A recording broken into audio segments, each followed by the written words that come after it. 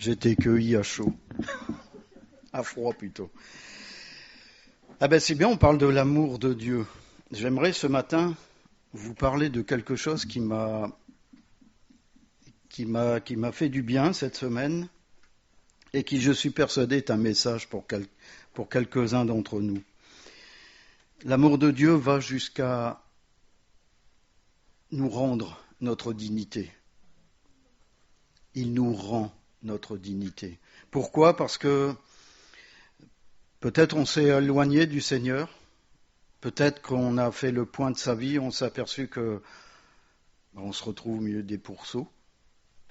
Alors, je ne sais pas si ça vous dit quelque chose, cette histoire. C'est l'histoire du fils prodigue qui avait tout, qui était avec le Père.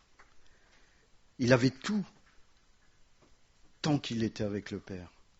Et il a décidé d'aller dans le monde, et il a perdu tout ce qu'il avait avec le Père. Et au milieu de toute cette vie décousue qu'il a eue, il s'aperçut qu'il n'était plus avec le Père. Il s'aperçut de ce qu'il avait perdu. Lui, il était au milieu des porcs, alors qu'il était avec le Père, avec l'amour du Père. Et si vous prenez Luc chapitre 15, versets 22 à 23, c'est le moment où le Père lui rend sa dignité.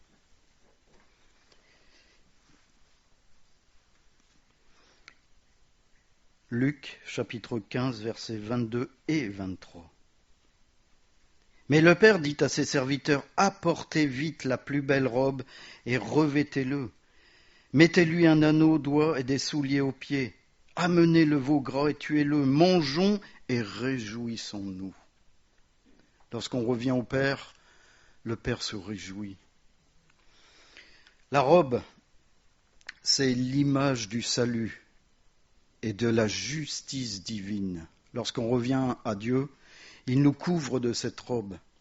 Et si on va en Apocalypse, on est appelé à garder cette robe, la garder pure. En Apocalypse chapitre 3, verset 3. Rappelle-toi donc comment tu as reçu et entendu la parole. Garde-la et repens-toi. Si tu ne veilles pas, je viendrai comme un voleur et tu ne sauras pas à quelle heure je viendrai te surprendre. Verset 4. Cependant, tu as à Sardes quelques hommes qui n'ont pas souillé leurs vêtements. Ils marcheront avec moi en vêtements blancs parce qu'ils en sont dignes. On est invité à garder cette robe que le Père nous aura donnée lorsqu'il nous aura rendu notre dignité. Lorsqu'on a fait cette repentance, et j'aimerais encore justement reparler de la repentance. En Jérémie, chapitre 31, verset 19, j'ai marqué les versets pour ne pas les oublier. Après m'être détourné, j'éprouve du repentir. Et après avoir reconnu mes fautes, je frappe sur ma cuisse. Je suis honteux et confus, car je porte l'opprobre de ma jeunesse. Ça, c'est la repentance. Et lorsqu'on se repent de cette façon, le Seigneur nous donne cette dignité, nous rend la dignité qu'on avait lorsqu'on était avec lui. En Ésaïe chapitre 61, verset 10,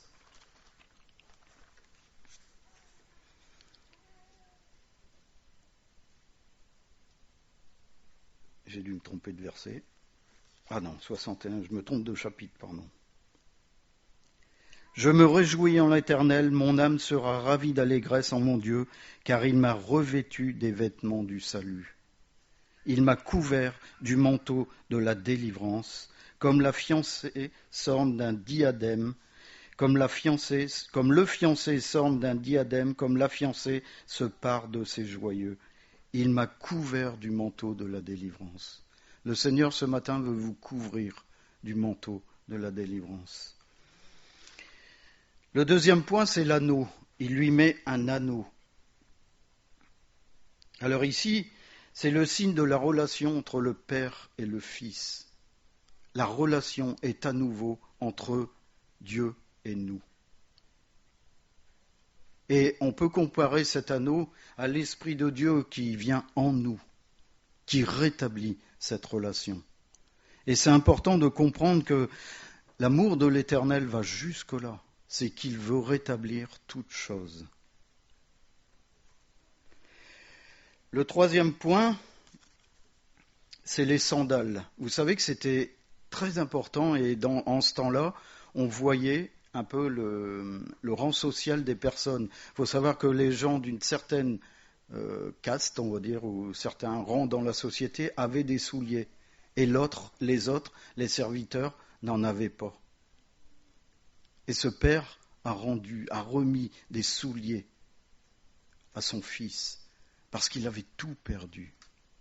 À vouloir faire sa vie, il avait tout perdu, jusqu'à ses souliers, jusqu'à son rang social.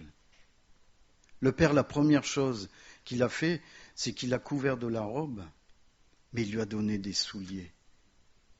Il lui a vraiment redonné sa dignité. Voilà, je te remets à ta place, là où tu étais avant. Et les pieds du croyant doivent être chaussés des mêmes souliers pour annoncer l'Évangile. C'est un verset de la parole qui sont beaux, les pieds de celui qui annonce la parole. On doit être chaussé. Est-ce que ce matin, on est chaussé de ces souliers? Est-ce que l'Éternel nous a rendu notre dignité? Moi, je suis persuadé qu'il l'a fait. Et il est peut-être en train de le faire aujourd'hui, pour certains parmi d'entre nous.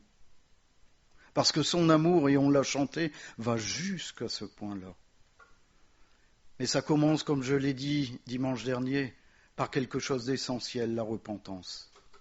Le fait de dire oui, Seigneur, j'irai vers mon Père et je lui dirai, mon Père, j'ai péché contre le ciel et contre toi. Je ne suis plus digne d'être appelé ton fils. Traite-moi comme l'un de tes ouvriers. Le père l'a pris, il l'a viré de la maison, comme un malpropre. Eh non. Il se leva et courut à son cou et l'embrassa. Le père fut rempli de compassion. Et aussitôt, il a rendu la dignité à son fils. Je ne sais pas si vous avez l'image du fils dans quel état il devait être. Il devait être en haillons. Il devait sentir à un point incroyable, puisqu'il vivait au milieu des cochons. Et le père lui a rendu son rang, le rang de fils.